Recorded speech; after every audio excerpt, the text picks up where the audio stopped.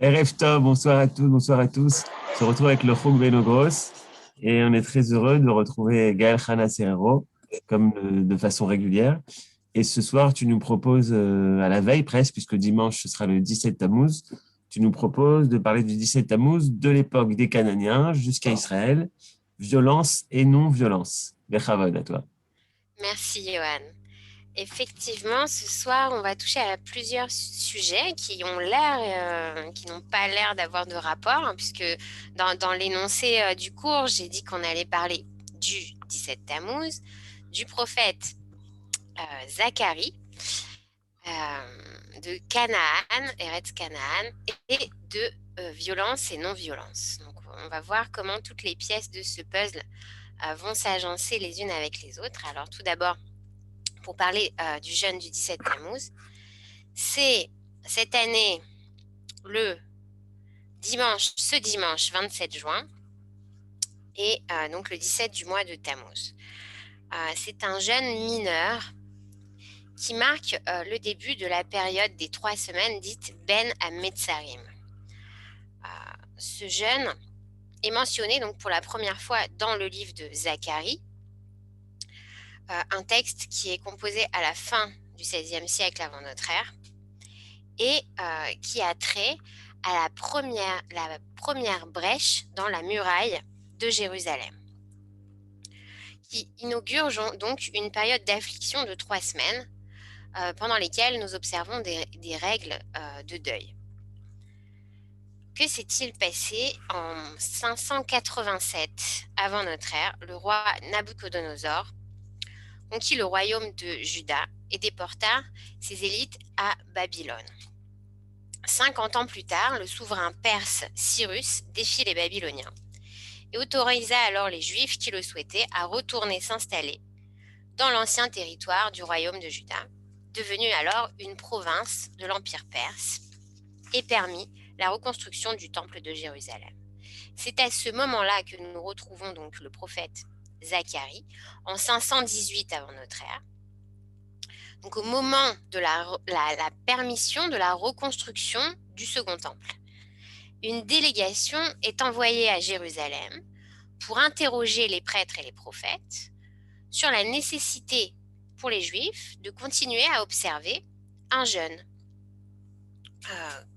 Donc on revient en Israël, on recommence à bâtir le temple, et la question se pose alors si on est revenu d'exil et si le temple est à nouveau debout, est-il encore logique, actuel, nécessaire bien de continuer à jeûner? Ne doit-on pas annuler ces jeûnes?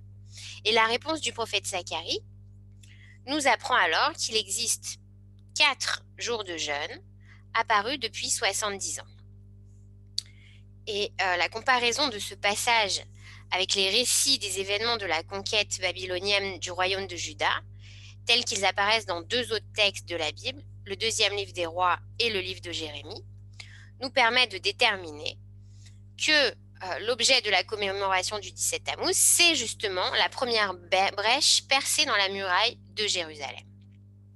Un événement daté du 9e jour du 4e mois de la 11e année du règne du roi de Juda, Sédécias.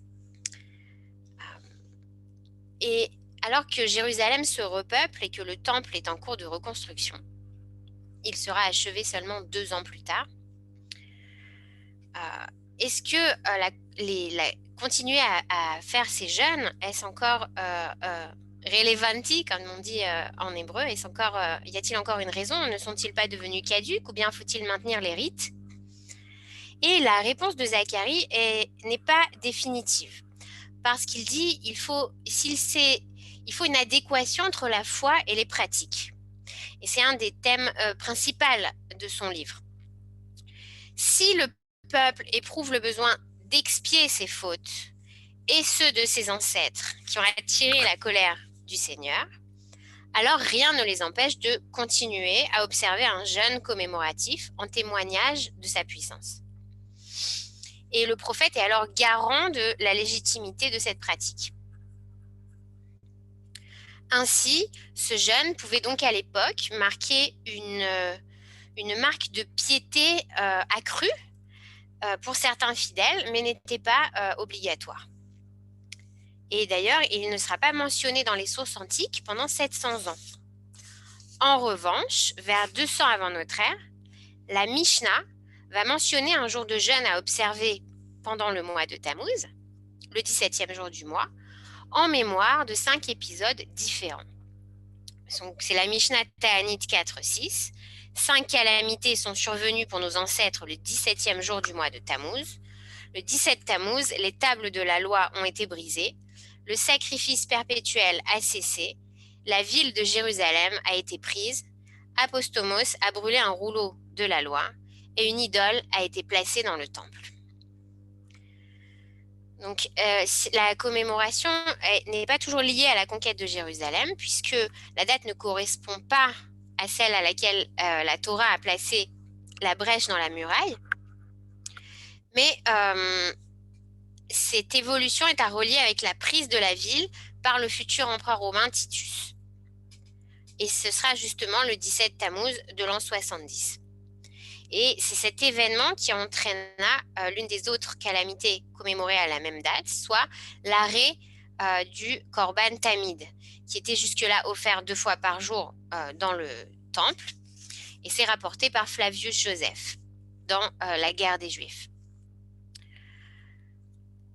Le Talmud de Jérusalem considère que la date du 9 Tammuz serait une erreur de calcul qui serait introduite dans le livre de Jérémie. Et c'est pour ça qu'il va être décidé de fixer le jeûne au 17 Tammuz. La Mishnah associe dans la Torah donc l'événement qui est lié à la sortie d'Égypte, celle où Moshe va briser les tables de la loi. Donc c'est Exode 33. Moïse s'en retourna et descendit de la montagne, les 2 tables en main, tables écrites des 2 côtés, écrites de part et d'autre. Les tables, c'était l'œuvre de Dieu. L'écriture, c'était l'écriture de Dieu gravée sur les tables. Or, comme il s'approchait du camp, il vit le veau et les danses. Moïse s'enflamma de colère. De ses mains, il jeta les tables et les brisa au bas de la montagne. Et cela va être...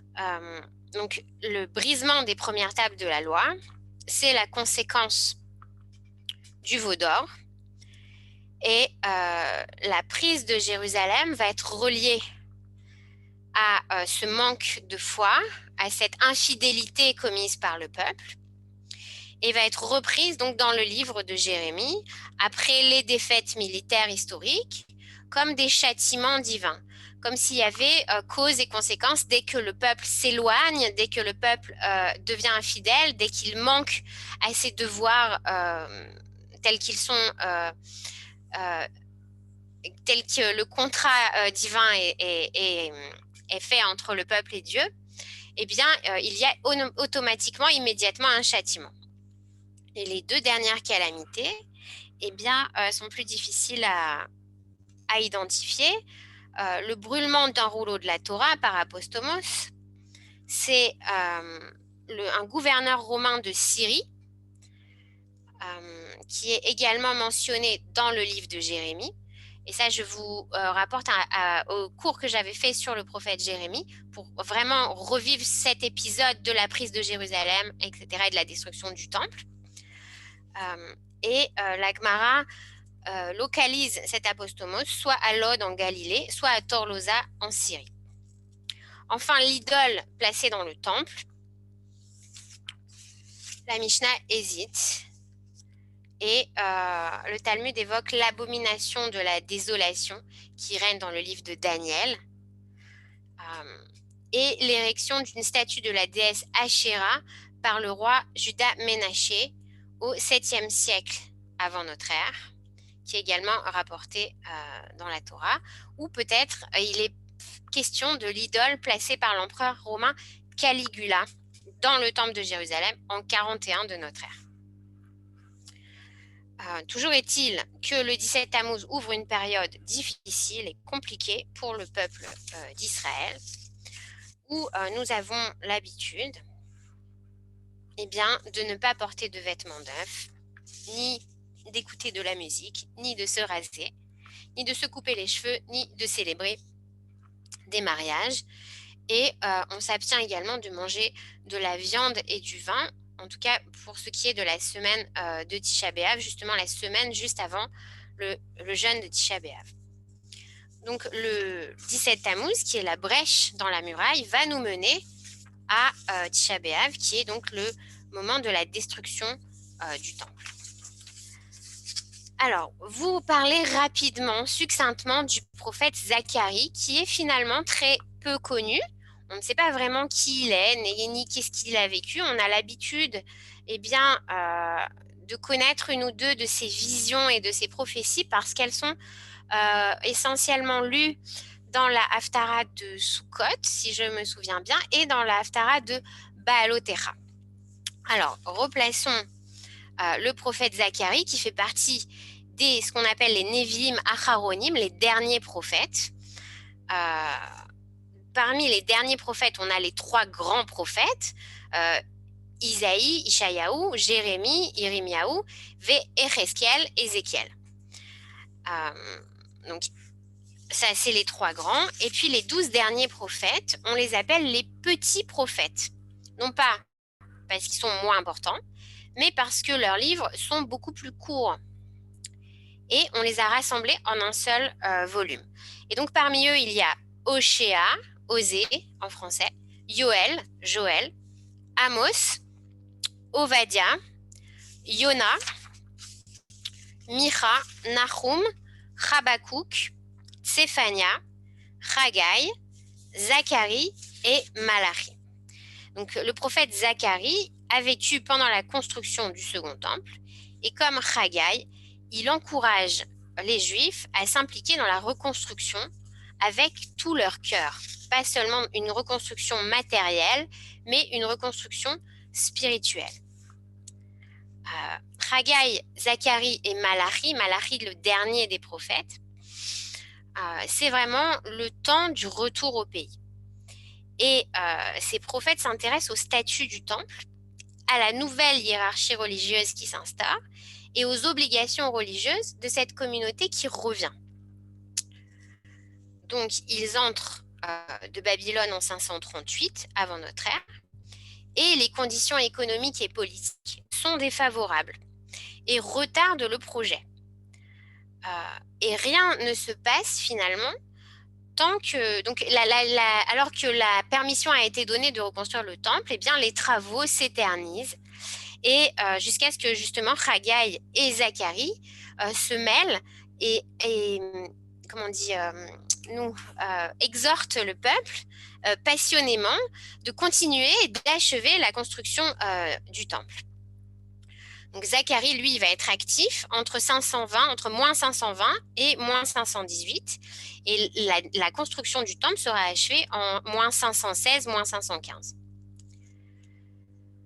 Haggai et Zacharie doivent se voir accorder un énorme crédit pour avoir utilisé leur ministère prophétique pour favoriser la transition d'un peuple de l'autonomie nationale à une existence qui transcende la définition politique et qui est centrée sur une vue de Dieu et de ses exigences morales. Donc c'est marrant parce que ça nous transpose un peu à la création de l'État d'Israël, puisqu'on a un retour national, la création d'une nation, véritablement d'une société qui se met en place, mais rien ne presse à ce moment-là de reconstruire les bases spirituelles de cette nation. On a d'abord une reconstruction matérielle du pays, et c'est seulement après que Haggai et Zacharie vont exhorter le peuple en leur disant vous savez, si vous continuez comme ça, rien ne va tenir. Si le temple n'est pas reconstruit, tout ça n'est que du vent. On ne sait rien de la vie, presque rien de la vie personnelle de ce prophète Zacharie, sauf qu'il était le fils de Becharia et le petit-fils de Iddo. Alors, suivant plusieurs historiens et commentateurs, c'est peut-être 2 Zacharie différents, mais on préfère croire que c'est le même. En tout cas, c'est comme ça que le Talmud le traite. Et nous n'avons que le livre qui porte son nom. Et il se trouve que c'est un des plus difficiles du Tanakh. Et c'est pour ça qu'on ne trouve pas beaucoup de commentaires sur Zacharie, à moins que ce ne soit des commentaires très, très, très kabbalistiques, puisqu'il y a énormément de visions assez étonnantes à l'intérieur de ce livre. D'ailleurs, vous savez que je travaille sur André Neher. Et André Neher n'a presque pas écrit sur le prophète Zacharie. Et je me suis demandé pourquoi. Et je crois essentiellement que Zacharie, tout comme Daniel par exemple, et même Malachi, sont des prophètes qui vont traiter des temps messianiques. André Neher ne traite pas des temps messianiques, enfin, en tout cas pas en tant que tel, pas en tant que, comment on appelle ça, ni apocalypse, les prophètes ni eschatologie, enfin tout ce qui touche vraiment à la fin des temps. Il va traiter de tous les autres prophètes qui au contraire font avancer l'histoire, sont les aiguilleurs du temps. Et ceux-là, qui d'ailleurs, c'est pas pour rien, qui sont également très importants dans la pensée chrétienne, puisque ce sont justement des prophètes de la fin des temps. Et c'est pour ceux-là qui sont extrêmement difficiles à commenter d'ailleurs. Rashi et Ibn Ezra ont noté il y a longtemps les problèmes justement inhérents au livre de Zacharie, notamment la différence clairement visible entre les 8 premiers chapitres et les 6 derniers, ce qui a mené les historiens à penser que ce pouvaient être différents personnages qui avaient écrit ces chapitres. Et c'est pour ça qu'on les a appelés le premier proto-Zacharie et le second deutéro-Zacharie. Enfin bon, ça c'est plus formel. Donc les premiers vont raconter justement ces 8 visions imprégnées d'anges et de symboles très riches. Nous allons passer sur quelques-uns que vous verrez, vous connaissez certainement, qui reviennent à chaque fois, avec des déclarations d'éthique et un esprit d'espoir.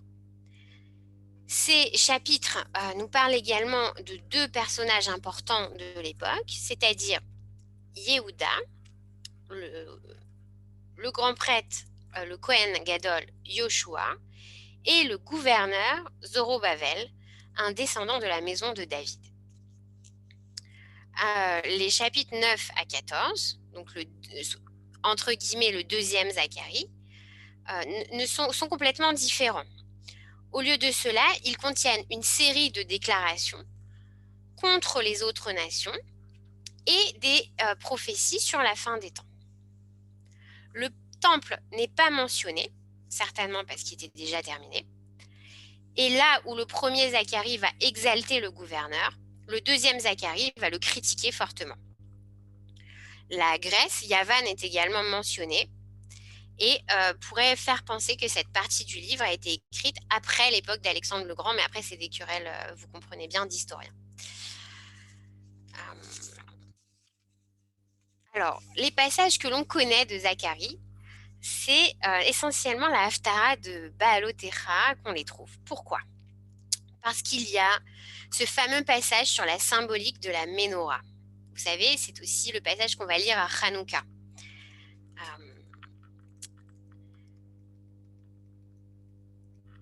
Le Talmud dit à propos du prophète Zacharie et des 2 autres, Haggai et Malachi, il dit comme ça dans Yoma 9b, après la mort des derniers prophètes, Haggai, Zacharie et Malachi, l'Esprit Saint s'est retiré d'Israël et seule la Bat Kol a subsisté. Donc le Ruach HaKodesh, la Shrina aussi est partie.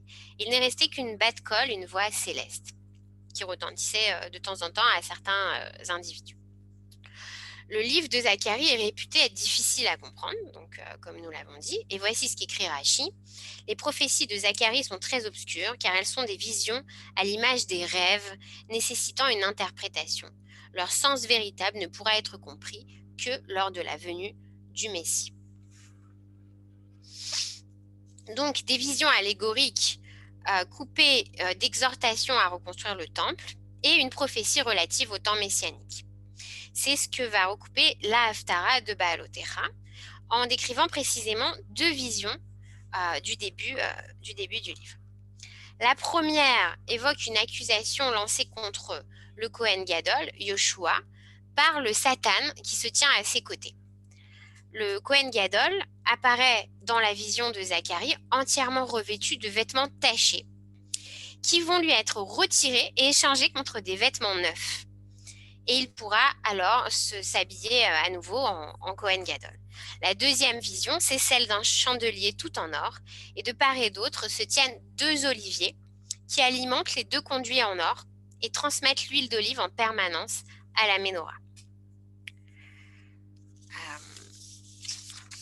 On ne va pas se lancer maintenant dans les commentaires de ces visions. Je vous invite à aller chercher les commentaires parce que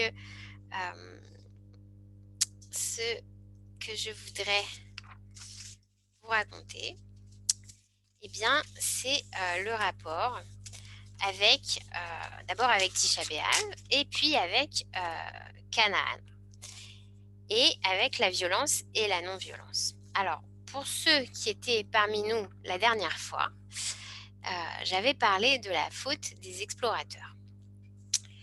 Et vous savez que cette faute des explorateurs est la faute la plus terrible finalement de toute la Torah, celle qui n'est pas pardonnée et qu'on continue à pleurer. Et le deuil du 17 Tammuz jusqu'au 9 Av, eh bien, a trait justement à ces pleurs qui ne cessent pas. Et il y a là-bas, donc la dernière fois, on avait vu un commentaire de Emmanuel Lévinas sur la faute des explorateurs. Et cette semaine, justement, eh bien, c'est André Neher que je voudrais qu'on suive sur cette histoire entre Israël et Canaan. Et vous allez voir le rapport qu'il va y avoir eh bien, entre le prophète Zacharie et la reconstruction du temple. Et puis, surtout, eh bien, l'attitude morale, éthique et spirituelle du peuple à ce moment-là. Vous savez que si le premier temple a été détruit et que 70 ans après, la déportation de Babylone et ensuite la reconstruction du second temple, eh bien finalement le second temple non plus ne va pas tenir très longtemps, hélas, et va être également détruit. Et ensuite, ça sera la fin totale de la prophétie. Zacharie fait donc partie des derniers prophètes. Et il y a quelque chose de pathétique finalement à entendre ces exhortations. Et vous allez voir en quoi c'est lié, en tout cas pour André Neher, à ce conflit immémorial entre Israël et les Cananéens. Alors, le texte sur lequel je me base est un texte qui est paru en anglais et qui s'appelle Rabbinic Admonibration et qui est paru dans la revue Studies in Rationalism, Judaism and Universalism à Londres en 1966. Violence and non-violence, Israël and Canaan.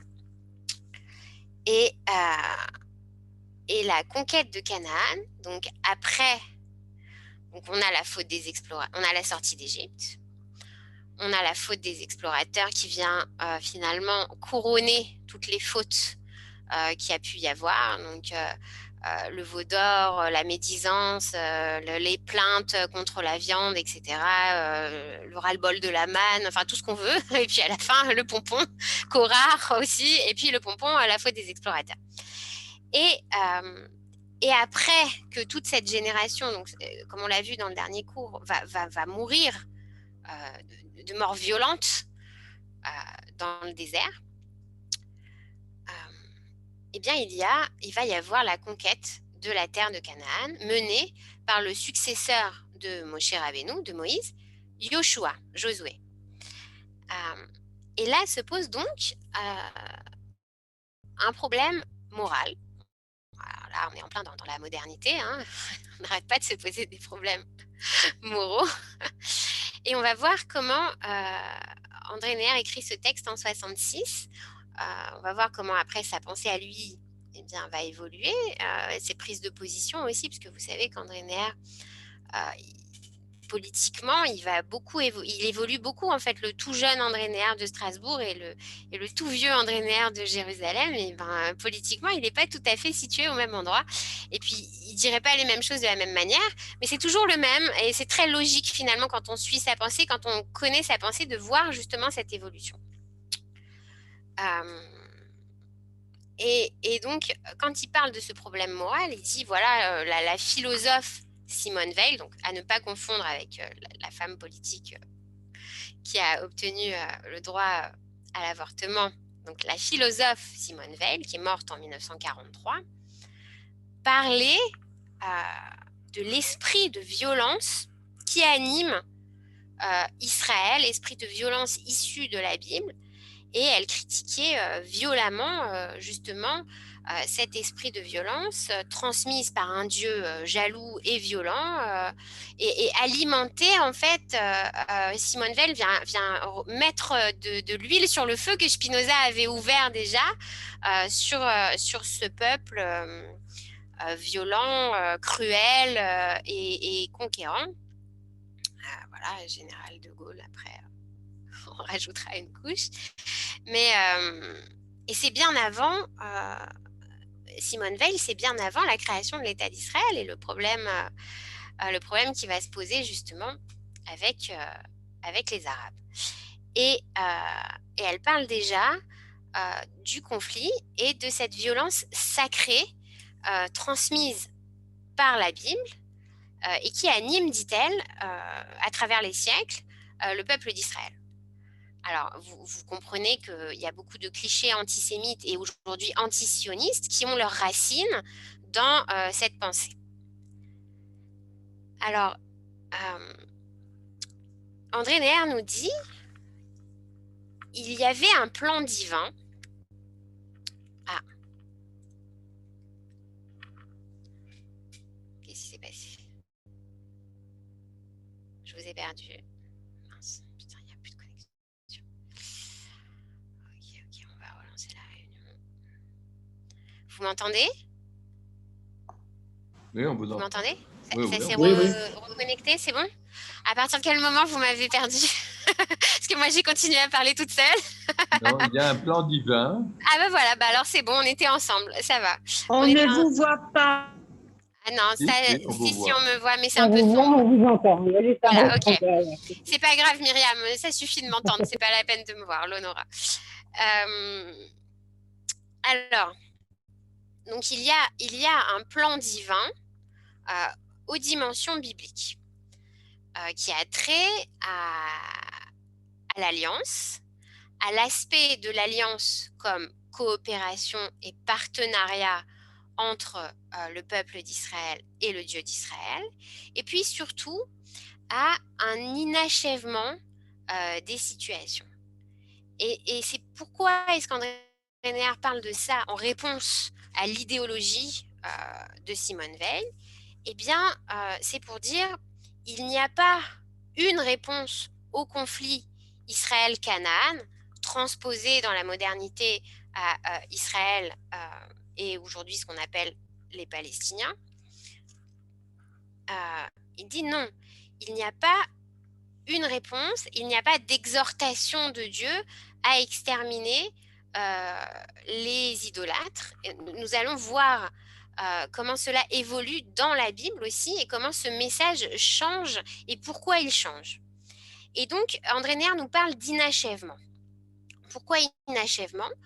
Une participation à une aventure commune et des événements à venir qui doivent s'inscrire dans l'alliance, mais à chaque fois, ce sont les étapes d'un processus qui doivent être à chaque fois à nouveau soumises à la réflexion, au jugement, au tâtonnement, et le peuple avec Dieu, dans l'esprit de la Torah, doit à chaque fois juger de nouveau quoi faire, comment le faire, quelle réponse donner, quelle attitude aborder, etc. Donc il n'y a pas, on ne peut pas, on peut pas transposer, par exemple, on ne peut pas prendre. Il y a aujourd'hui des pseudo-rabbins qui font ça, qui prennent un épisode de la Bible, de la Torah, puis qui disent voilà, alors ça ressemble à ce qui se passe aujourd'hui, il faut faire ça. Mais ça ne marche pas comme ça du tout. Ça ne peut pas marcher comme ça, puisque à chaque fois, c'est une histoire qui s'écrit, c'est une histoire qui est ouverte et qui est inachevée. Et il faut à chaque fois reprendre, on peut apprendre des situations bibliques, évidemment, mais on ne peut pas transposer. Donc ça, c'est une chose. Et André Neher va ouvrir la lecture biblique grâce au Midrashim. Et notamment, justement, sur cette histoire de violence et de non-violence, d'attitude à avoir face aux ennemis d'Israël ou à ceux qui habitent la terre de Canaan. On a vu la dernière fois bien, la vision dans Lévinas là-dessus.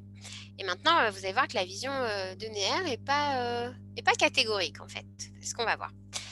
Donc, il y a une clé, et cette clé, c'est le dynamisme interne de la Bible même, qui remet en question tout dogme. On ne peut pas dogmatiser la Torah en faisant des règles de cause-conséquence. Ça ne marche pas. Et l'impératif d'extermination va arriver à un moment très précis dans la Torah, vous allez voir. À un moment, en fait, un moment de crise. Et ce sera non pas une sentence, mais un débat permanent, André Neher insiste bien là-dessus, où le peuple d'Israël ne doit pas être juge, mais bien partenaire, et ne doit pas, ce n'est pas le procès qui se fait de l'histoire et des acteurs de l'histoire, mais au contraire un face-à-face avec des êtres humains. Et c'est une importance décisive. Pourquoi ? Parce qu'André Neher nous dit ce conflit-là a sa source au commencement du monde, au commencement de la Torah elle-même.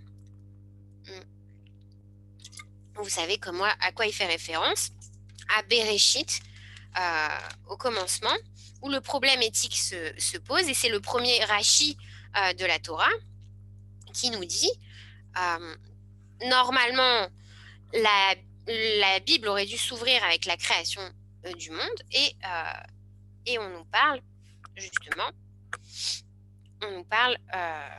pourquoi ça commence par Bereshit et non pas par la création.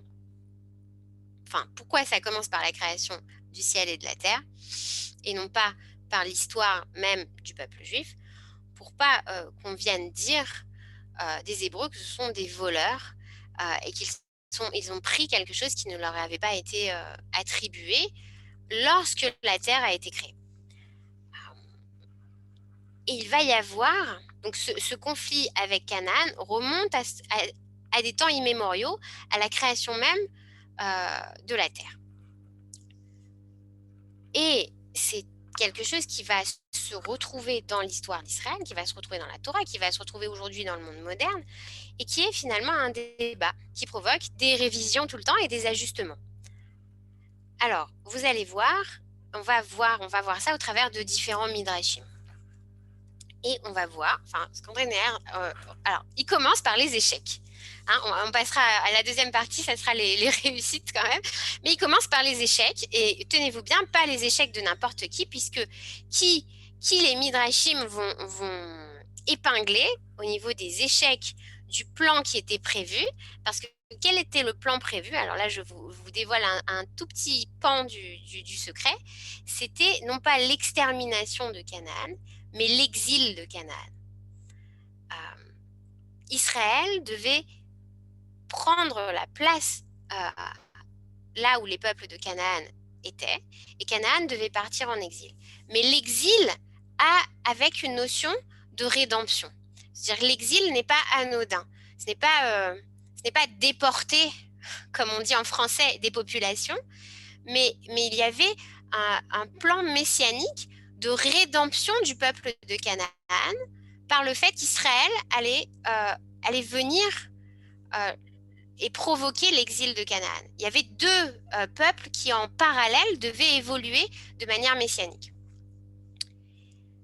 Donc ça, retenez-le, vous allez voir, les pièces du puzzle vont s'agencer les unes avec les autres. Donc, quels sont les échecs qui vont parsemer l'histoire? Premier échec, nous dit André Neher, Abraham et son manque de foi. Alors, comment est-ce qu'on peut dire d'Abraham qu'il y a un manque de foi?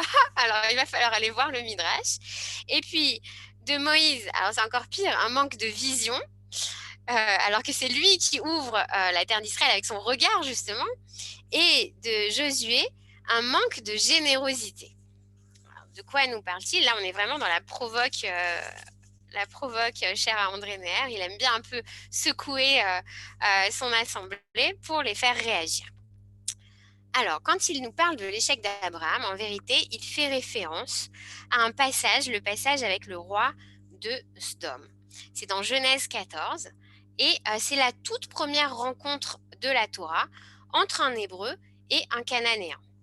Et il est alors déjà d'emblée, la trajectoire du plan divin va dévier à cause ou grâce, on ne sait pas, l'attitude d'Abraham. À ce moment-là, lorsque le roi de Sodome lui fait une proposition, il lui dit « Donne-moi les âmes et prends le butin », vous vous souvenez? Et que répond Abraham? Il lui répond « Je ne prendrai rien, absolument rien ».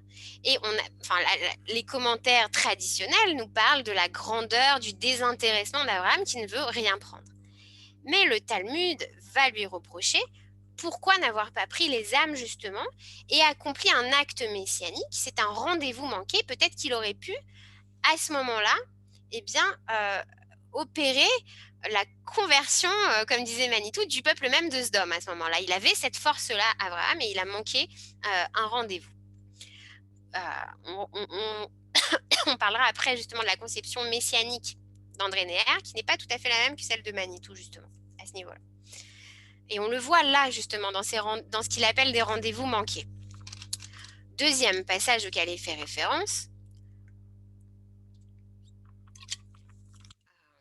à propos de Moïse, de Moshe Rabbeinu, il parle de ses hésitations et de son refus, et notamment au moment du buisson ardent, quand Dieu veut l'envoyer et qu'il dit non, pas moi, je ne peux pas, je ne sais pas parler, pourquoi moi, etc.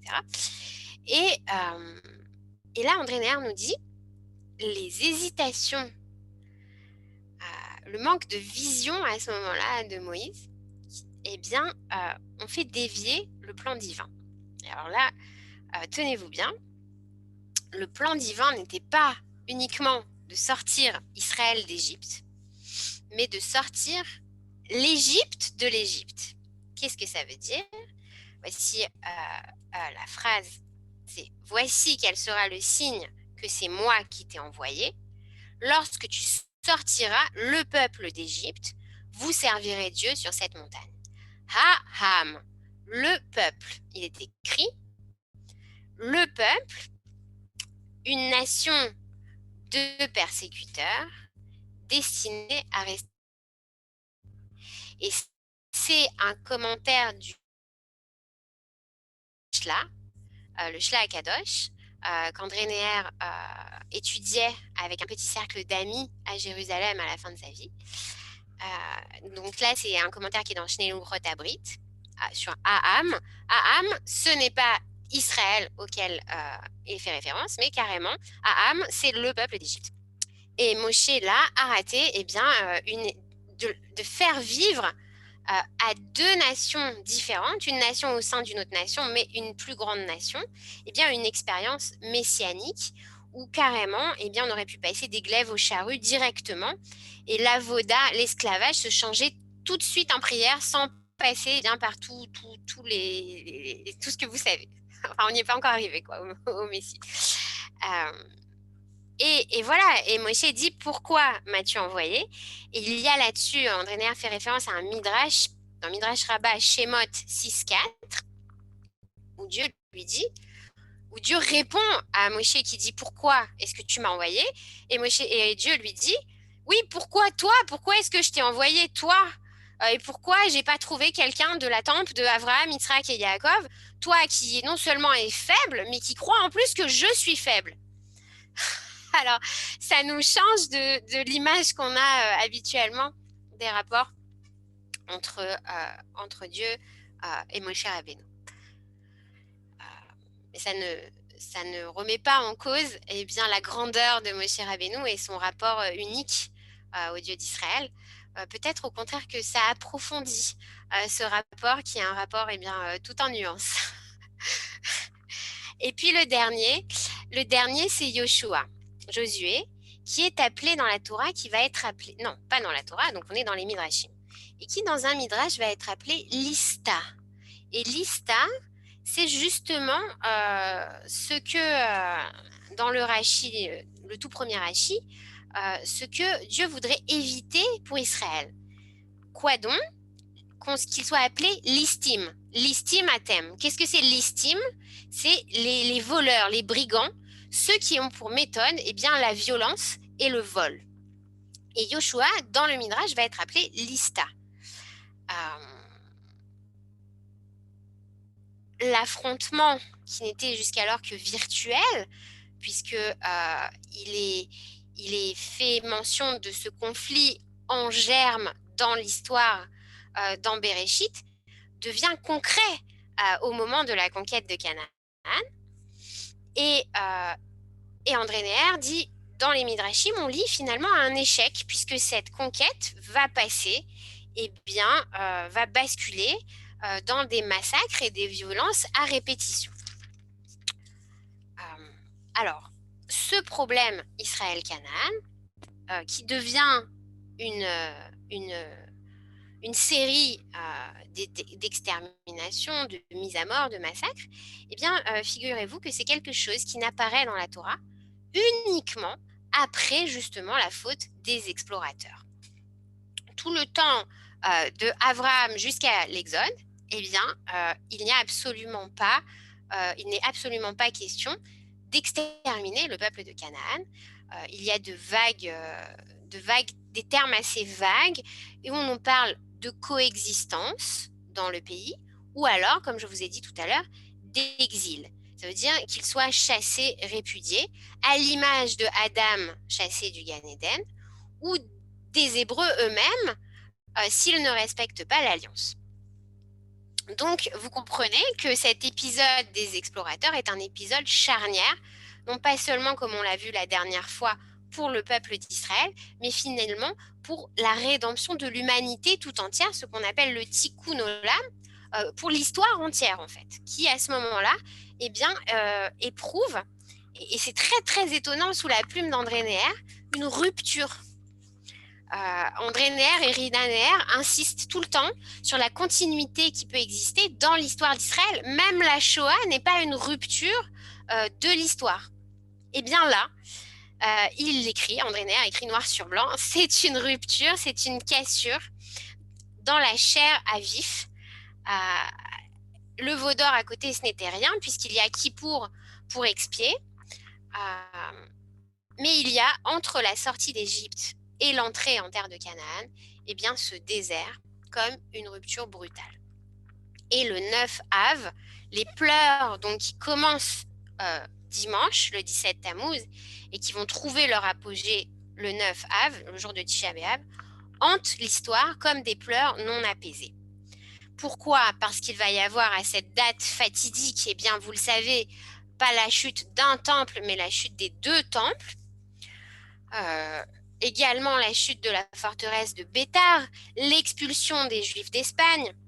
C'est véritablement, à ce moment-là, le plan divin qui va se transmuter à partir de cette cassure, et il va s'opérer un changement de signe, un changement de paradigme, puisque celui qui devait être le peuple de la terre devient à partir de ce moment-là le peuple de l'exil.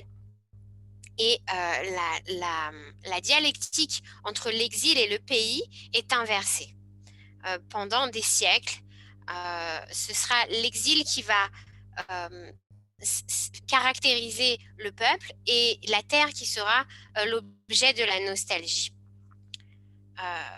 L'altération des liens à la terre, donc à partir de ce moment-là, qui va entraîner des syncopés de l'histoire. Et pour réparer cette trame explosée, il faut avoir recours à la lecture midrashique, nous dit André Neher. À ce moment-là, à partir de l'épisode des explorateurs, que va-t-il se passer? Alors la dernière fois, on avait vu qu'il est question de la relation conjugale à la terre. Mais, et là c'est quelque chose de terrible, de renversant qu'écrit André Neher.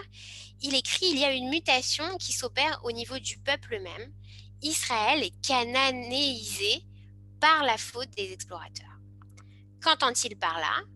Au lieu du mariage absolu qui aurait dû avoir lieu entre le peuple et la terre, eh bien, il y aura une passion aux 1000 nuances, faite de fidélité, de trahison, jusqu'à la prostitution.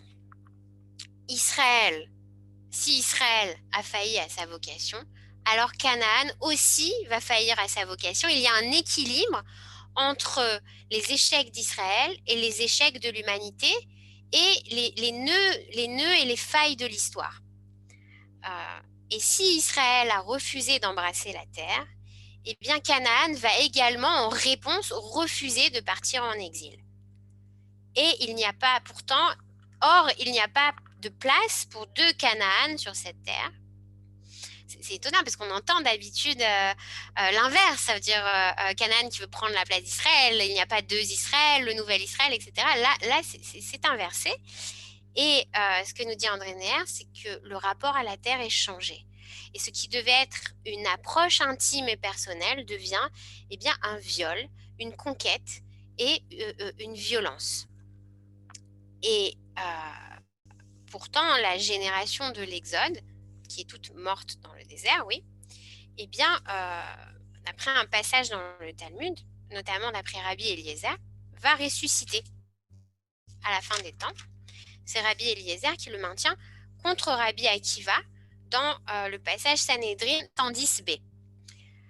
Rabbi Eliezer maintient que cette génération va ressusciter et réalisera enfin, de manière messianique, le mariage avec la terre. Le rendez-vous manqué sera rattrapé, ni par la force ni par la violence, mais par l'esprit de la Torah qui permettra d'harmoniser les rapports entre le peuple et la terre.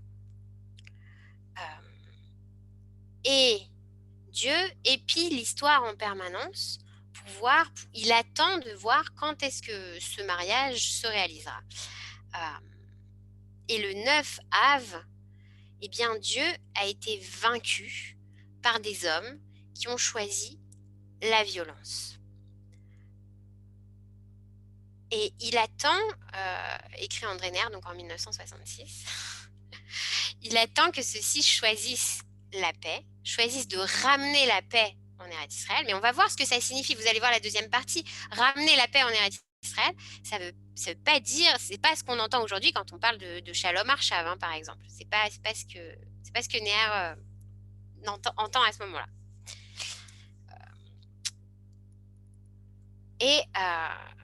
Et donc, c'est dans Baba Batra 74a. Il y a là-bas l'histoire de Rabba Bar Chana, qui n'a pas compris que Dieu veut être délivré. Il n'a pas compris de quel serment Dieu veut être délivré. Alors lui, il croit qu'il veut être délivré du serment qu'il a fait de ne plus détruire la terre par le déluge. Mais en réalité, Dieu souhaite être délivré du serment qu'il a fait d'envoyer Israël en exil. Et Dieu donc se languit et il attend que les hommes désirent et réalisent ce désir de paix qui émane de Dieu. Et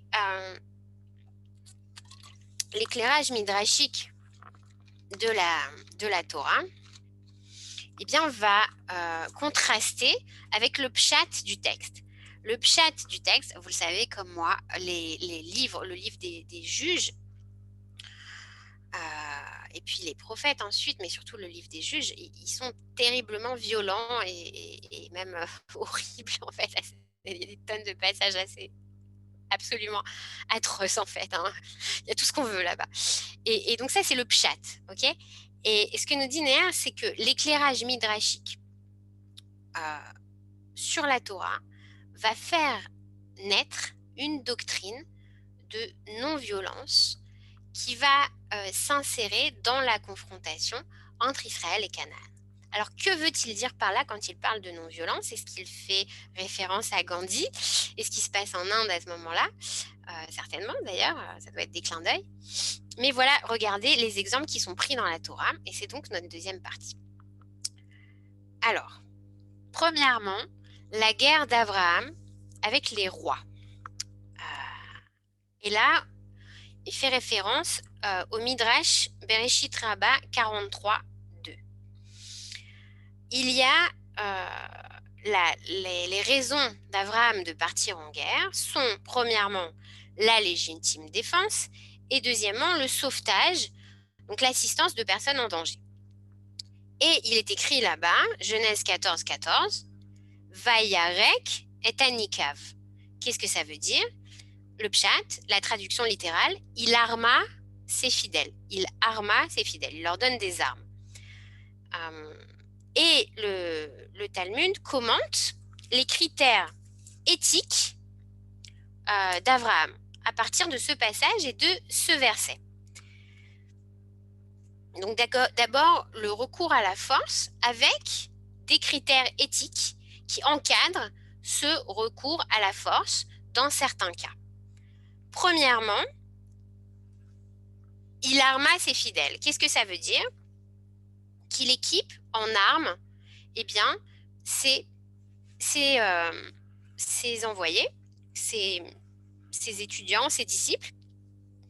Donc, que ce n'est pas ni imprévu, ni sous impulsion, que ce n'est pas à la légère, qu'il n'envoie pas au casse-pipe ces jeunes soldats, mais au contraire qu'il y a une préparation au préalable, il y a une formation au préalable et qu'ils sont armés. Deuxièmement, il les équipe, dit le Midrash, en or, argent et pierres précieuses. Pourquoi? Parce qu'il veut débarrasser de leur esprit eh bien, les profits qu'ils pourraient avoir sur le champ de bataille en les faisant riches avant d'aller faire la guerre.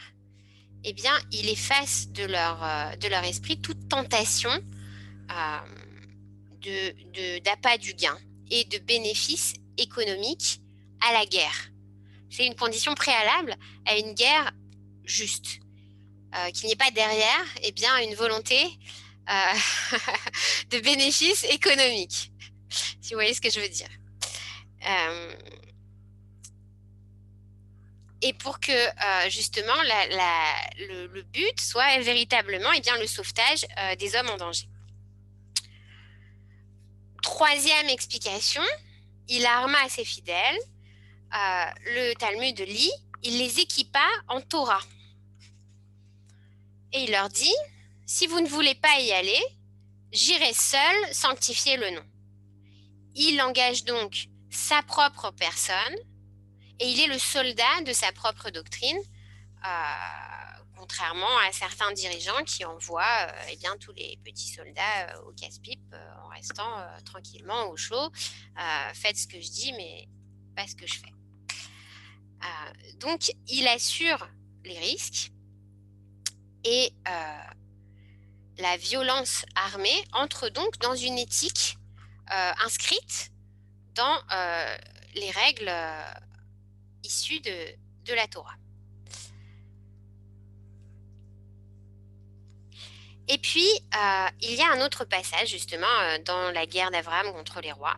C'est au moment où, juste avant que le combat se déclenche.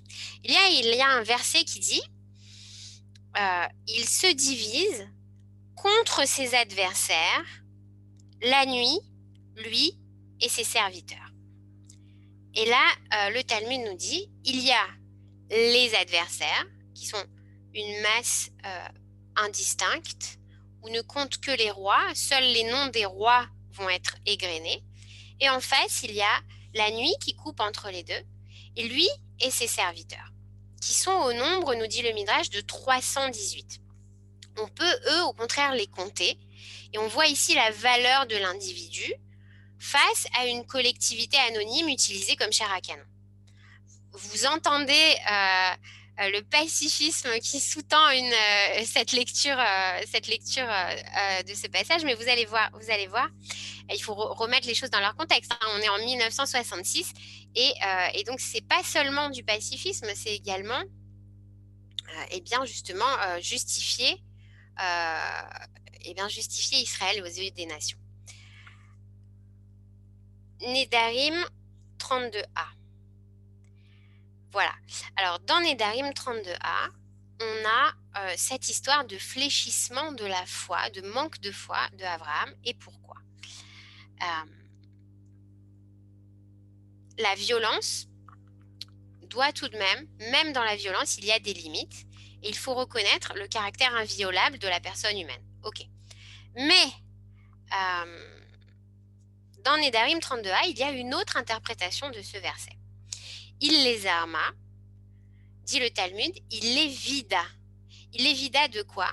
Eh bien, de tout le contenu de la Torah qu'il leur avait enseigné jusqu'à présent. Et ils prirent alors une direction entièrement différente, radicalement différente de ce qu'ils avaient appris jusque-là. C'est Tosfot qui commande comme ça. Et qu'est-ce qu'on reproche à Abraham, ce qu'on avait dit tout à l'heure? Il aurait dû tenter de faire des âmes de ses rois plutôt que de prendre les armes devant ses rois, mais peut-être que le résultat n'aurait pas été le même.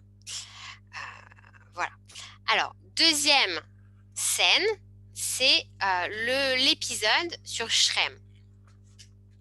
Donc, vous voyez que André Neher ne prend pas position en réalité, et c'est ça qui est toujours intéressant dans sa lecture, c'est que c'est une lecture qui va apporter toutes les nuances du Midrash. Autant l'opinion de Rabbi Eliezer que de Rabbi Akiva. Vous allez voir après. On en a deux autres encore qui s'opposent. Alors, cet épisode de Shrem, donc c'est Genèse 34. Vous connaissez l'histoire de Dina qui est prise par le roi de Shrem, qui est violée, et ensuite qui retrouve ses frères et les frères qui réagissent et puis qui partent et puis qui vont massacrer toute la ville en ayant posé un stratagème.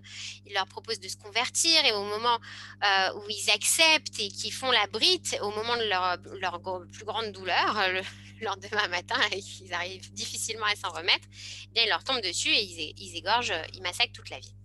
Et puis on a après Yaakov, le patriarche, qui va leur en vouloir jusqu'à son lit de mort et il va leur reprocher ce passage-là. Cette violence, qui, pour eux, était justifiée comme des représailles, mais qui se trouve au-delà de la morale. Et au-delà de la morale, il y a le risque que des innocents soient frappés à la place des coupables.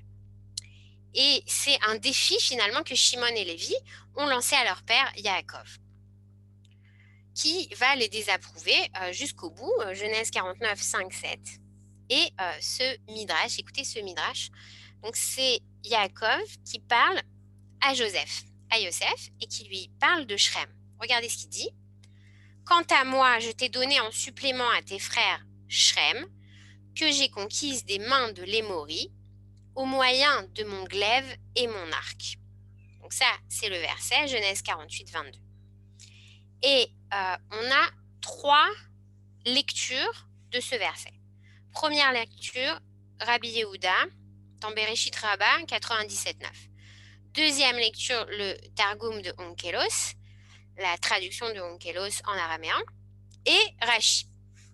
Et alors, d'abord, Rashi nous dit, Shrem, ne lit pas Shrem littéralement comme le nom de la ville de Shrem, mais lit Shrem comme Chelek. Un autre mot pour dire Chelek, c'est-à-dire la part qui te revient. Et de quoi il parlerait dans ce cas-là? Ça, c'est la lecture. Donc ça, c'est la lecture de Rabbi Yehuda, qui dit dans ce cas-là, on ne parle pas du tout de la ville de Shrem, mais on parle du droit d'aînesse qu'avait conquis Yaakov des mains de l'Émori. Et là, il fait référence à Esav, donc il parle de l'histoire où il a appris le droit d'aînesse des mains de Esav. Et dans ce cas-là, à quoi font référence le glaive et l'arc? Rabbi Yehuda, il dit à l'observance des commandements et aux bienfaisances. Onkelos, il dit les prières et les supplications. Et Rashi dit la sagesse et la prière. Donc, vous voyez, on a une lecture du verset qui va être complètement transposée, complètement allégorique, complètement métaphorique, où on a un effacement, un décapage total de toute la dimension de violence pour pacifier et rendre Yaakov comme héros spirituel complet. En face de ça, donc dans Bereshit Rabbah 97.9, on a Rabbi Yehuda, la lecture que je viens de vous faire, et on a Rabbi Nehemia. Rabbi Nehemia, lui, au contraire, il va maintenir cette dimension de violence, mais il va en même temps s'en servir pour marquer les limites de la violence et d'une situation de conflit. Alors regardez, qu'est-ce qu'il dit Rabbi Nehemia? Il dit Shrem Mamash, véritablement la ville de Shrem, littéralement la ville de Shrem.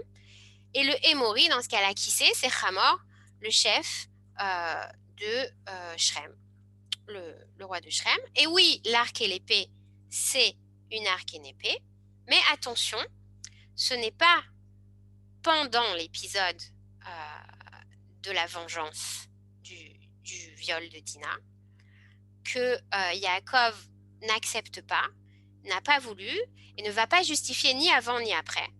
Il n'y aura pas d'alibi ni de justification à cette violence. Il est écrit Lohaya Yaakov Avinu Rotse Sheyasu Banav Oto Maase. Il veut pas, il n'aurait pas voulu du tout cet acte-là de la part de ses fils. Mais alors à quoi font référence l'arc et l'épée de Yaakov? Ce qui est très étonnant parce que vous savez, Yaakov c'est l'homme du shalom, c'est l'homme de la paix, c'est c'est Yaakov.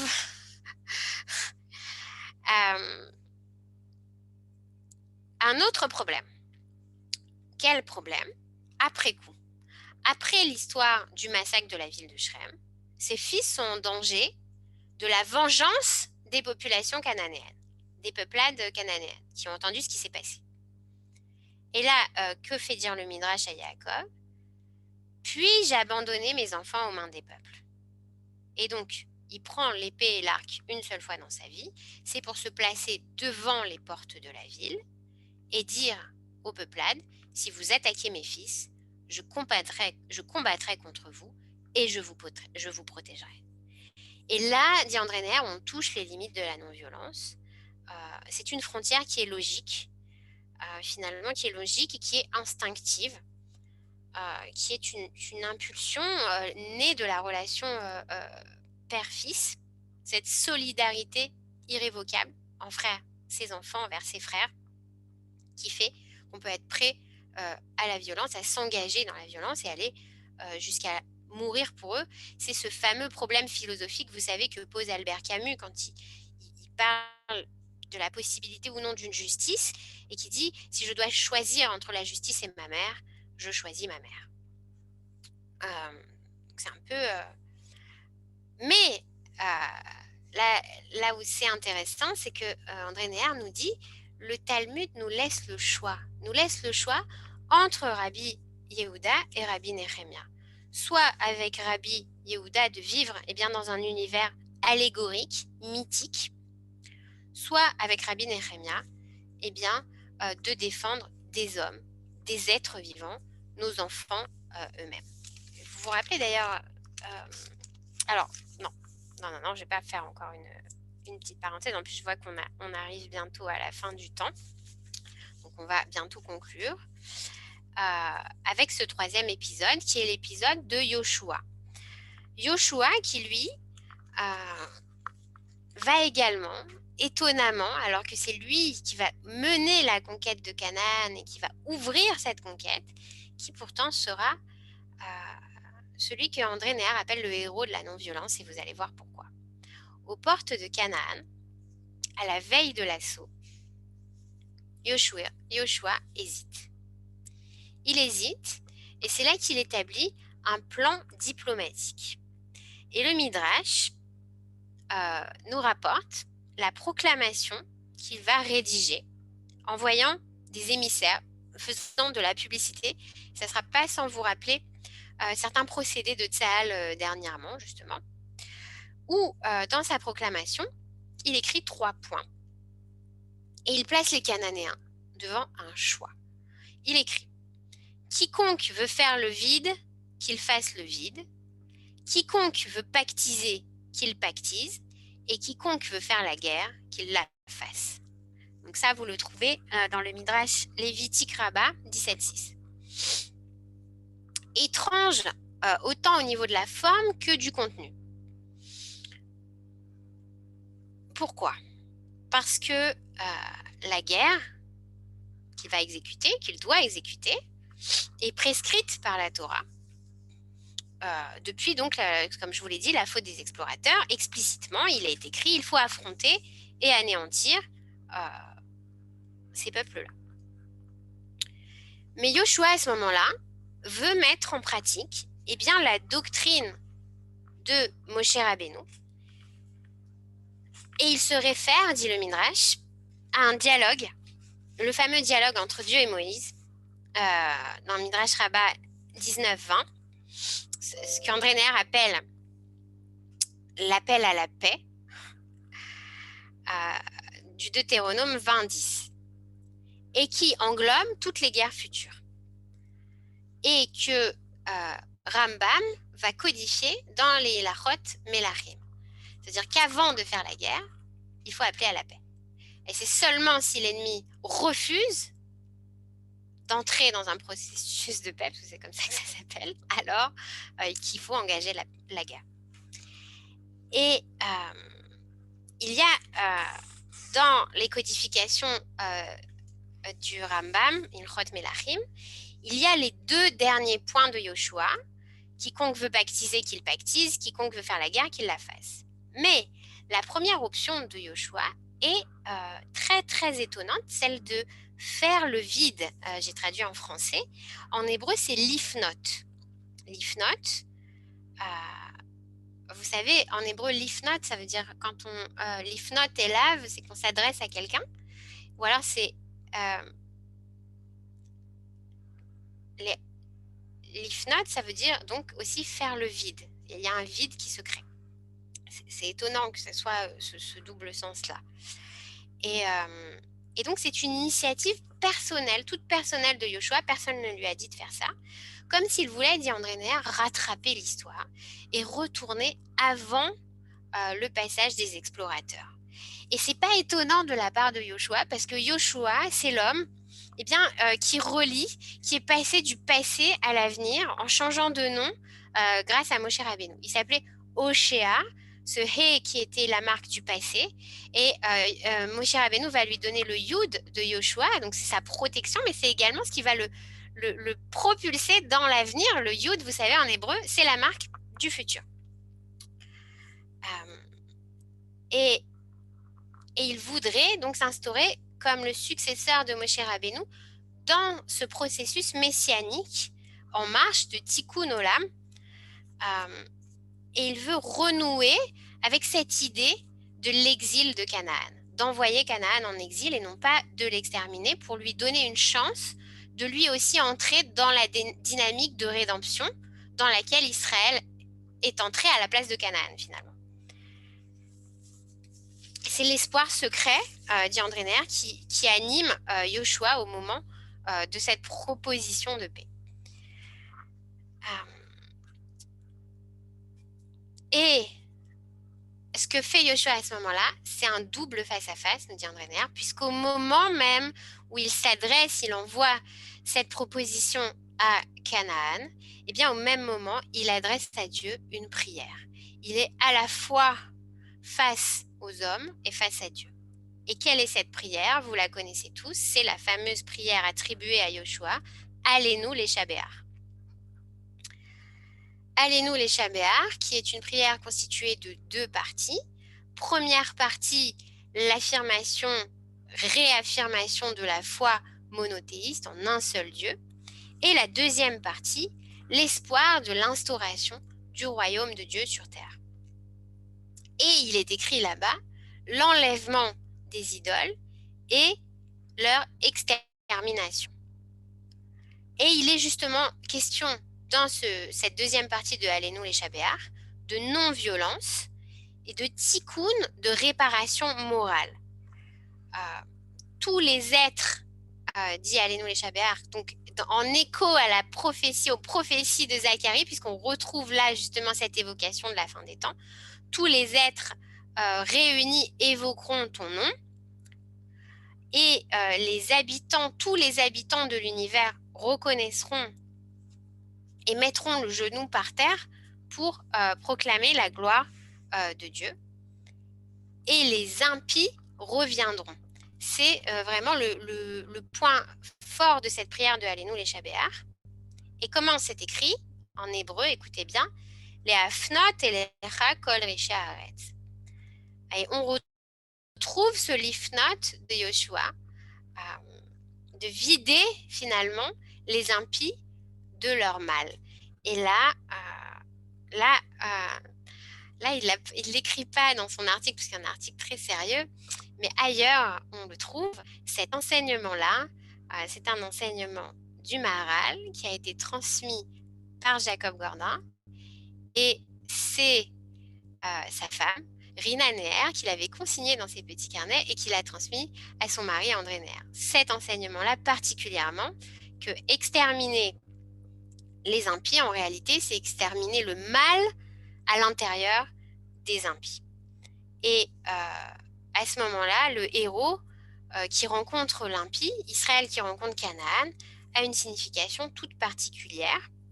Et c'est le commentaire du Maharal sur le Birkat Aminim. On ne prie pas pour l'extermination des ennemis, mais on prie pour extirper l'impiété de l'intérieur du méchant. Et donc la conversion du mal en bien et l'exil de cet impie jusqu'à ce que le mal soit extirpé et se transforme en bien. C'est le processus de la rédemption. Et le moment où la prière de l'homme et la prière de Dieu pourront se rejoindre.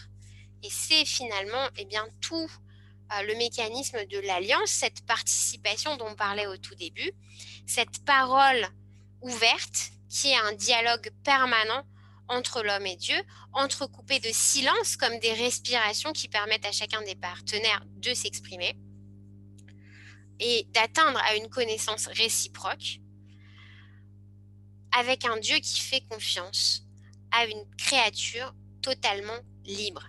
Et c'est ce qui entraîne d'un côté le plus grand mal sur cette terre et l'existence de Canaan, mais aussi le plus grand bien, et ça va être l'existence d'Israël, mais à condition seulement, comme il est écrit dans la Parashat Ekev, que chacun joue son rôle et honore le contrat. Parce que sinon, il y a inversement, Israël se cananéise et Canaan s'israélise, entre guillemets, en tout cas revendique son droit moral à la terre d'Israël. Et Israël, en contrepartie, perd finalement un peu de cet héritage, puisque lui-même ne se tient pas, n'est pas à la hauteur de son potentiel, en fait, ne le développe pas. Donc une infinie confiance de la part de Dieu pour un être créé libre. André Neher écrit « L'homme alors a beaucoup plus de chance que Dieu puisqu'il est entièrement libre alors que Dieu, lui, est contraint par ses promesses. Et Dieu alors a besoin de l'homme beaucoup plus que l'homme n'a besoin de lui en réalité. Il a besoin de ce forgeron prêt à frapper le fer dans l'épreuve du feu. Et l'épreuve du feu, c'est cette rencontre avec Canaan. Oui, très actuelle comme exposé. Et ça va comprendre des repentirs, des recommencements, mais aussi des flottements, des doutes, des décisions.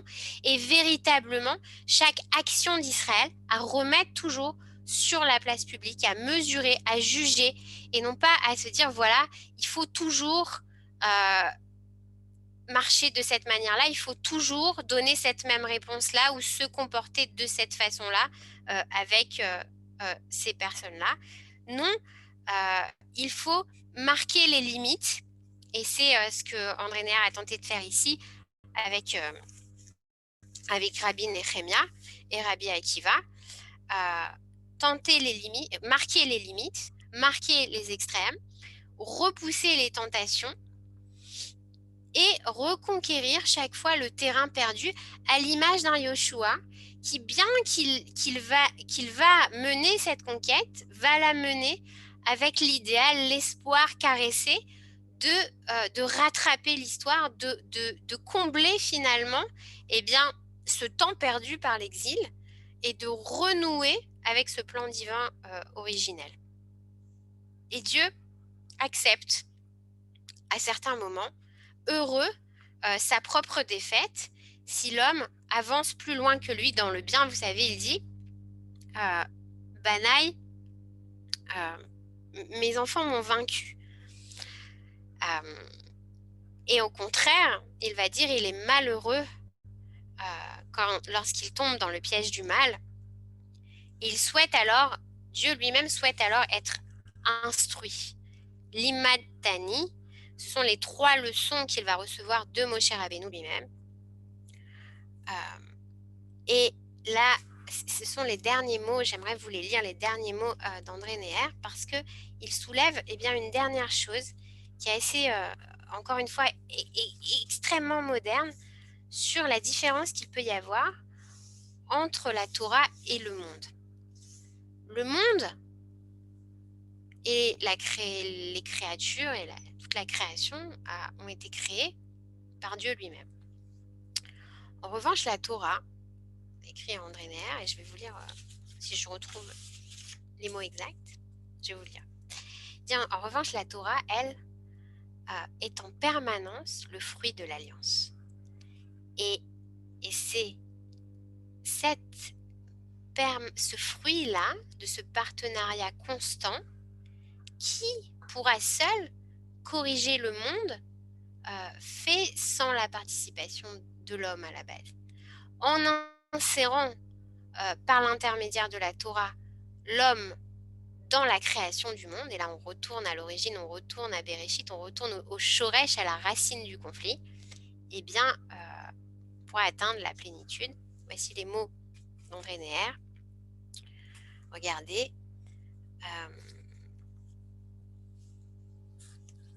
Aussi bien ce dialogue biblique est-il émaillé de repentir et de recommencement, de défaite et de victoire, de flottement et de décision.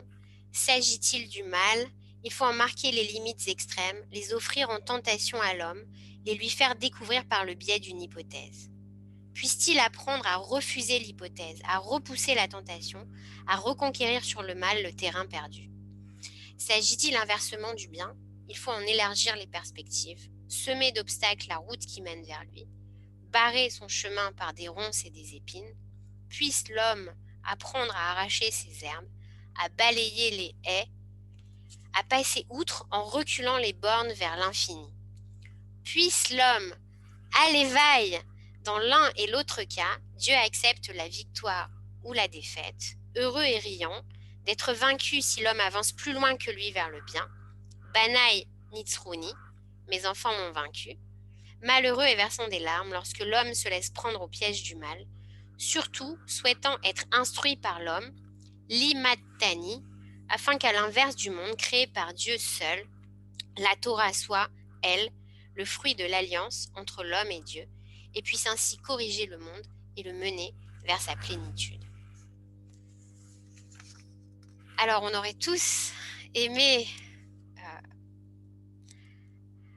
qu'André Neher soit là aujourd'hui pour nous dire ce qu'il pense de ce nouveau gouvernement et de son avenir. Mais il nous a laissé de quoi réfléchir par nous-mêmes. Voilà. Alors moi, je vais m'arrêter là pour ce soir et je vais vous laisser la parole. À vous les micros. Toda Rabba et surtout Tzom Kal et Moïl pour dimanche. Ça va être une période difficile qui va s'ouvrir. J'ai des questions, des réflexions. Je voulais revenir sur ce qui avait été dit tout au début sur le respect du jeûne. Ouais, dis-moi. Oui, dites-moi. Et le prophète Zacharie lui-même dit que ces jours seront transformés en jours de joie et d'allégresse dans l'époque messianique. Oui, Et donc, on en construit qu'il faut faire le jeûne pour hâter la venue du monde messianique. oui, Messianique. Est-ce que c'est... Comment vous le comprenez? comme une réparation. On sait que les jeunes, il n'y en a pas beaucoup. Il n'y en a pas beaucoup, hein, on n'en a pas beaucoup. 4. Les quelques jeunes qui ont été instaurés, ils sont là pour une raison et ils sont des réparations. Des réparations, c'est sûr. Voilà. Moi, Ce que j'ai j'enseigne, retenu, ce que j'ai retenu justement par rapport aux jeunes, aussi ça m'a interpellée, c'est que, si j'ai bien compris, c'était que c'est plus qu'une réparation, c'est vraiment aussi un inouï pour essayer de réparer les fautes de notre peuple, de notre passé, etc. Mais je pense que c'est très actuel par rapport justement au nouveau gouvernement. Je pense qu'on est en grande faute, quoi, dans notre génération, et que même si on ne voulait pas jeûner, je pense que c'est le moment. C'est la réponse de Zacharie, en fait. C'est ce qu'il dit. Il dit, finalement, maintenant, on est en train de reconstruire le temple, donc vous pourriez ne pas jeûner, mais il faut être en adéquation entre ce qu'on pense et ce qu'on fait. Et si vous sentez que ce qui a été fait n'était pas bon et que vous voulez réparer ça et continuer à le réparer, alors jeûnez. Donc, il y a une actualité du jeûne, même lorsque tout semble aller bien, c'est pas incompatible finalement avec la dimension de joie des temps messianiques.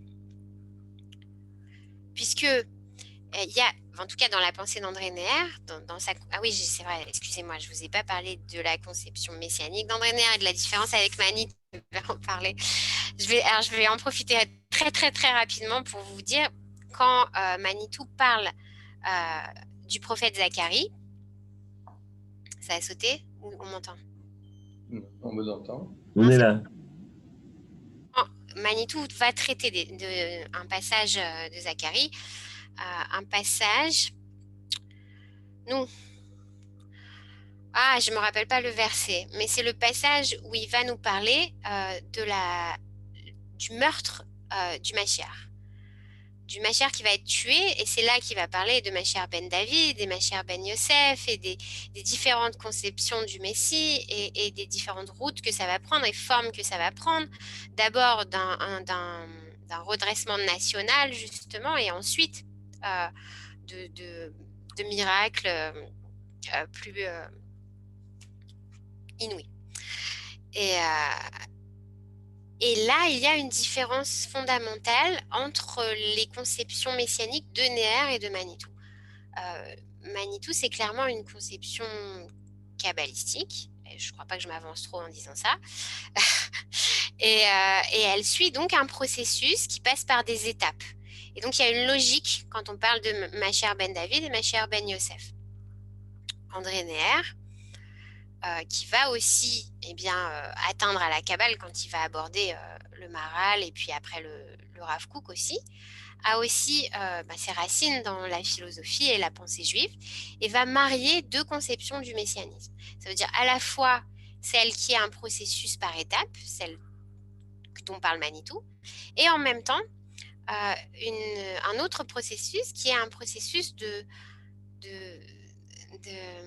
Alors moi, j'ai toujours cette image, c'est une image très philosophique de l'univers qui est comme un tissu qu'on froisse, et puis quand on passe une épingle à travers ce tissu, ça fait un trou qui permet de communiquer entre toutes les époques. On trouve cette idée-là aussi chez Walter Benjamin des passages communicants.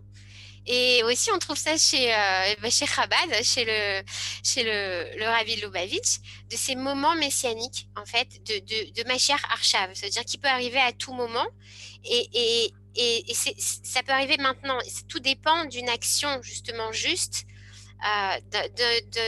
d'un équilibre dans la balance qui va s'effectuer entre le bien et le mal, d'un tzaddik qui va se révéler. Neher parle souvent, comme Elie Wiesel aussi d'ailleurs, ils sont amis très proches, et puis ils ont des maîtres en commun, des 36 justes, qui tiennent le monde, les Lamed Vav. Et donc voilà, il y a deux conceptions messianiques qui se chevauchent chez André Neher, à la fois les tolédotes, le processus d'évolution du monde, donc qui passe par l'exil, la rédemption, etc. Galout, Géoula, Idgalout. Il y a ça chez Rosenzweig aussi. Et en même temps, le fait qu'à n'importe quel moment, tout peut arriver. Et ça peut arriver maintenant tout de suite. Et ça peut être justement cette justice d'Abraham, cette justice... on a parlé de Camus tout à l'heure, qui choisit sa mère. Et voilà, Abraham, comme dans la pensée de Heschel aussi, et de Kierkegaard, ce tourment d'Abraham. Si je suis le dernier juste, alors, et que le poids du monde repose sur mes épaules, c'est dans une intervention dans les colloques des intellectuels juifs de France. Neher reprend ce passage-là et dit, vous savez, pour faire venir le Messie, il y a un midrash qui raconte qu'il faut soit que tout le monde soit tzadikim, soit juste respecte les mitzvot, soit au contraire, il faut l'inverse absolu, ça veut dire que tout le monde soit réchaïm. Et alors, quel va être le problème? Eh bien, du dernier juste. Mettons Abraham, qui est le dernier juste de la terre, et qui se dit, bah voilà, tout le monde entier, maintenant, là, la rédemption du monde, la venue du Mashiach, maintenant, tout de suite, ça dépend de moi. Si je fais une Avera maintenant, je renie tout ce que je pense jusqu'à présent, alors je sauve le monde. Et Neher dit, eh bien, avec Abraham, je tiendrai jusqu'au bout dans la revendication de mon intégrité et de ma conception de la justice, et de l'éthique et de la morale, etc. Et ma justice suffira à sauver le monde. Ça veut dire qu'il va s'opérer à ce moment-là un renversement messianique grâce à ce dernier juste qui aura tenu bon jusqu'au dernier moment et qui va renverser les fondements même de cet axiome de la Torah. Mais donc on voit qu'à certains moments, et c'est exactement l'enseignement, c'est qu'à certains moments, les hommes, par l'intermédiaire de Moshe Rabbeinu, les filles de Tsofred, arrivent à changer la loi pour établir une justice plus juste, qui tient en compte les êtres humains, et pas seulement Adam, toute l'humanité, mais Ha-Adam, l'homme personnel, personnalisé, intime. Voilà, excusez-moi, j'ai... Anna, Ouais, une laisse les questions. Ouais, vas-y. Une réflexion par rapport à la dernière chose que tu viens de dire. Tu as mis un petit peu en dos à dos deux styles de conception de la venue du Mashiach, ou doucement, Kima, processus, ou la possibilité d'avoir un temps messianique, d'avoir quelque chose de soudain, comme ça, la révélation. Et c'est intéressant parce que dans les écrits du Rav Kook, en tous les cas, comment ils sont enseignés, on dirait qu'il y a plus d'accent qui est mis justement sur ce processus. Ouais. Mais j'ai étudié un petit peu le Rav Nazir, le Harlap, dans Mémarom. Ouais. Et j'ai été très, très content de voir que lui, justement, il remettait cette possibilité d'un Mashiach d'une façon soudaine, pitomite, et il remettait ça à jour. Et parfois, quand on ne sait pas, je pense, on ne sait pas assez bien étudier le Rav Kook, alors on comprend qu'une seule partie. Ça veut dire c'est que en processus, comme si que l'option des sauts de l'histoire était complètement oubliée. Mais je pense que dans les écrits du Rav Kook, elle existe. Elle est peut-être moins mise en avant. Et par ses élèves, c'est sûr qu'elle est complètement oubliée. Quand on étudie le Rav Kook, c'est tout de suite le processus de la Géoula. Mais je pense que, et dans les écrits du Rav Kook, et par son Talmid de Rav Nazir, on voit que ce processus l'Ocholel je sais pas comment on dit, n'enlève pas la possibilité d'avoir quand même des sauts dans l'histoire et des apparitions comme ça. Voilà. C'est super intéressant. Je ne sais pas.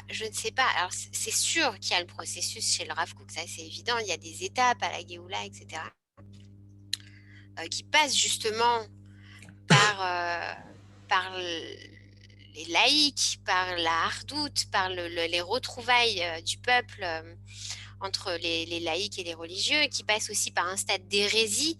Ça veut dire que pour atteindre à la véritable foi, il faut perdre la foi en toutes les idoles et en toutes les fausses croyances, même si on croyait croire en quelque chose. Alors, il faut passer par un stade philosophique d'hérésie totale pour pouvoir nettoyer. Il y a quelque chose de Dostoïevski chez le Rav Kook qui est de faire table rase, en fait, pour pouvoir ensuite se reconnecter grâce à la terre d'Israël, justement, à ce qui est plus... à ce qui est directement en relation avec le divin. Les moments messianiques chez le Rav Kook, écoute, je ne sais pas, j'ai étudié un petit peu aussi, j'en ai pas en tête. Ce que je sais, c'est que le Rav Kook et Manitou, ils se rejoignent beaucoup, beaucoup, beaucoup, surtout dans tout ce qui est poésie et nostalgie du divin, parce que tous les deux, c'est des grandes figures qui encadrent le peuple, qui aiment le peuple et qui agissent dans le peuple. Et tous les deux, ils ont une tristesse à l'intérieur d'eux qui n'est jamais résolue. Pourtant, c'est des gens qui sont des statures magnétiques, positifs, dynamiques tout le temps, avec des grands sourires et beaucoup d'humour. Ils sont connus pour ça. Et pourtant, dans leur poésie, à chacun d'entre eux, eh bien, il y a cette tristesse qui ne passe pas, cette nostalgie-là. Et pourquoi je pense à ça quand tu me parles de moments messianiques? Parce que je me rappelle les pages du Rav Kook sur la littérature israélienne, sur la création israélienne. Et il dit on a l'impression d'être complètement dans le profane total. Et là, il parle de Gordon et de comment il s'appelle, Tchernikovski, qui sont alors justement, qui parle des Cananéens, qui dit nous sommes les nouveaux Cananéens, nous adorons les idoles et nous sommes, c'est comme Lévinas disait la semaine dernière, c'est cette jeunesse qui a le soleil en médaillon. Et le Rav Kook dit la littérature israélienne profane et Atrala et Mashiach, ça veut dire c'est le début, c'est la venue du Messie. C'est Non, je suis d'accord avec toi, Hannah. Je pense juste que, voilà, c'était juste une remarque. À mon humble avis, le Rav Kook... d'avoir des passages encore plus... Ouais, à mon avis, le Rav Kook, et quand on voit son élève, voilà, on a l'impression que c'est ça ou ça, mais je pense que on peut avoir une vision complémentaire, qu'il peut avoir le processus d'un côté, mais ça n'enlève pas la possibilité d'avoir aussi parce qu'il est très proche avec tous les gens de l'époque. Et donc, il parle à Yafo, à Neve Tzedek, ils sont assis au café avec Gershom Scholem et avec Martin Buber, et ils sont tous en train de confronter leur vision du monde. Et justement, elles sont là, les différences de vue messianique. C'est là que rentre toute la philosophie et ces deux choses-là ça veut dire c'est des rencontres humaines, en fait, pas seulement des rencontres d'idées. Et donc, forcément, ça passe de l'un à l'autre. Et ça doit se retrouver ensuite dans leur œuvre. Et bon, après, le Rav Nazir, lui, Birklal, il a lu vraiment, véritablement plein de philosophes. Donc, après, ça se retrouve aussi dans son commentaire. Mais il y a encore des questions. Toda, Hannah. Est-ce qu'il y a quelqu'un d'autre qui veut dire un mot? Quelqu'un qui veut réagir? Oui, tout à l'heure, c'est Ariel Carciente. Tout à l'heure, vous aviez parlé du jeûne du 17 Tammuz. Il n'y a pas que le jeûne du 17 Tammuz, vous avez aussi le jeûne de Tisha B'Av, du 9 Av, vous avez aussi le jeûne du Asara B'Tevet. Oui, et Gedalia. Qui sont là. Du point de vue des civilisations que nous avons traversées, je ne sais pas si en tant que berger ou transhumant, enfin, je ne sais pas si on peut dire transhumant. Transhumant, c'est plutôt entre Hebron et Beersheva. En été, ils sont à Hebron et en hiver, nos ancêtres étaient à Beersheva. Mais de notre côté, vous avez un autre pan. Vous avez la journée de Pessah, qui par définition, la journée de la joie, de la délivrance. Et quand on a traversé des civilisations, comme vous voyez, par exemple à Paris, vous avez un arc de triomphe. À Berlin, vous avez un arc de triomphe. À Rome, vous avez un arc de triomphe. Vous avez des tas de monuments qui ont été construits, en Égypte aussi. comment est-ce que des gens comme Abraham, Isaac et Jacob et les autres peuvent-ils se promener sur le croissant fertile, n'est-ce pas, avec un arc de triomphe. Maintenant, la différence que nous avons avec nous, que nous voyons donc avec Moïse, et on l'a vu aussi avec le roi David, au moment où il a fait le hesped, le logis du roi Shaoul, il a tout de suite fait ce qu'on appelle en une phrase Ba'adat Granat, n'est-ce pas, après la guerre du Yom Kippour. Pourquoi est-ce que le roi Saül est mort? Pourquoi est-ce que son frère, comme il le considérait Jonathan, est mort, n'est-ce pas? Vayomer David et Lamed et Israël Kachet. Ils ont failli mourir massacrés, non pas parce que ce n'étaient pas de très bons combattants, mais ils ont, comment appelle-t-on ça? Parce qu'il manquait d'artillerie. Ils n'avaient pas ce qu'on appelle le dôme de fer, n'est-ce pas? Même quand vous avez parlé de notre ancêtre Jacob, avant de mourir, il a quand même dit à son frère, à son fils Joseph, moi le pacifiste, Beharbi ou Bekashti, alors qu'il est un sabre ou une épée, ça je comprends, mais d'où il va importer le bois pour faire des arcs, d'où il va les sortir. Et je pense que les jeunes sont chez nous aussi des simanim. Alors d'un côté, nous n'avons pas d'arc de triomphe, n'est-ce pas? Mais nous avons Pessah, n'est-ce pas, qui est notre arc de triomphe. De l'autre côté, nous avons le 9 Av, qui est aussi un jour de paix, n'est-ce pas, dans lequel il y a ces choses-là. Et donc, on voit aussi avec Moïse aussi, chaque fois qu'il y avait quelque chose qui se passait, il voulait empêcher les gens de ne pas aller, enfin, n'allez pas là-bas parce que l'arche du Créateur n'est pas avec vous. Et donc, je pense que ces jeunes-là qui sont venus, parce qu'il y avait une raison, Tisha B'Av, c'est venu à cause de la destruction du temple. Mais nous, on a conservé ces deux choses. D'un côté, l'arc de triomphe que nous n'avons pas, parce que nous sommes les Juifs errants, entre guillemets, ce qui n'est pas tout à fait vrai, mais il y a une autre expression. Et de l'autre côté, donc ça c'est pour les joies, et de l'autre côté, donc on a ces deux choses-là qui sont là. Au niveau du Messie, ma mère disait toujours, mon fils, on croit dans les miracles, on ne compte pas sur les miracles. Et bon, on attend, c'est tout ce qu'on peut faire. Alors, juste pour revenir sur l'histoire de violence et non-violence. La notion de Messie, on la garde. C'est sûr que c'est pas, chez nous, la notion de Messie, c'est pas le principal, c'est l'attente. Il y a des gens qui vous disent, principal, non, on attend le Messie. Le jour où on n'attend plus, non, c'est pas une question d'attente. Il n'y a pas une valeur. Alors, attendez une seconde. Attendez une Non, seconde, non. regardez. On avait fait un cours entier, Rana, sur l'attente du Messie. Tu te rappelles? En Alors, présentiel. attendez tous une seconde, regardez. Justement, il y a un truc que j'aurais dû dire, c'est qu'après, en 68, justement, André Neher, il va écrire un autre texte où il va dire, voilà, on est chez des amis, c'est le moment de la guerre des 6 jours. Et ils sont chez des amis au kibbutz En Hanativ. Et il dit, voilà, c'est Shabbat, on est avec des Chaverim, et tout le monde chante des chants de Shabbat. Et voilà que les sirènes retentissent et que nous courons tous aux abris et que tous les Chaverim autour de moi ont des armes et qu'ils sont prêts à monter au combat, tous ces jeunes. Et moi, que ferais-je si nous étions attaqués?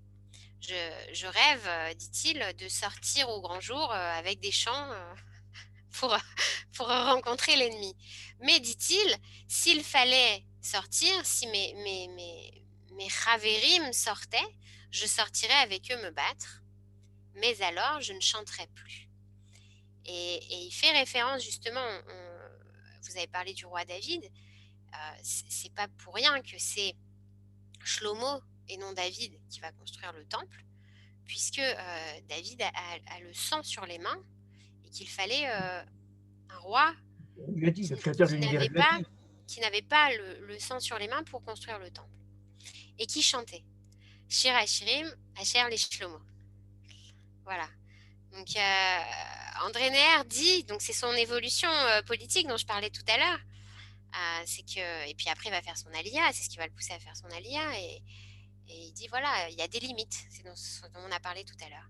Il y a des limites et je suis prêt à moi aussi me défendre. Il y a certains moments il faut se défendre. Il a parlé tout à l'heure de légitime défense et de assurance à personne en danger, assistance à personne en danger. Mais à ce moment-là, je ne pourrai plus chanter, dit-il. Et il dit, et c'est le rêve de Jérémie, de cette Jérusalem, eh bien, où tous peuvent cohabiter.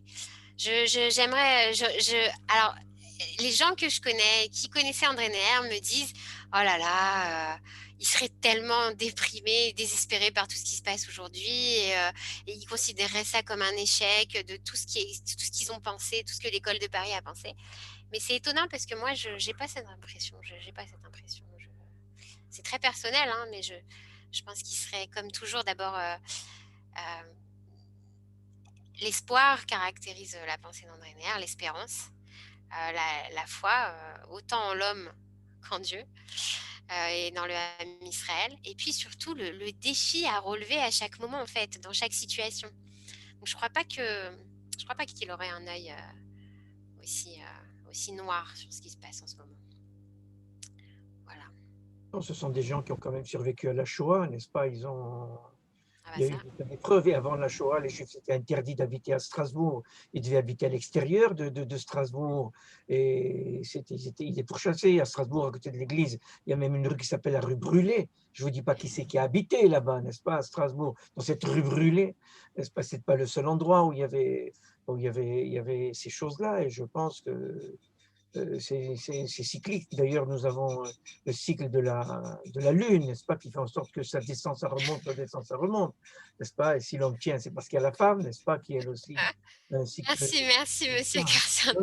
On va voir juste s'il reste encore quelqu'un qui veut poser une question, puis je crois qu'on va être obligé de se laisser parce que j'ai des enfants. Moi, je pense comme ça parce que j'appartiens à l'école de Casablanca, hein, pas à l'école de Paris. Hein. Merci beaucoup, Hana.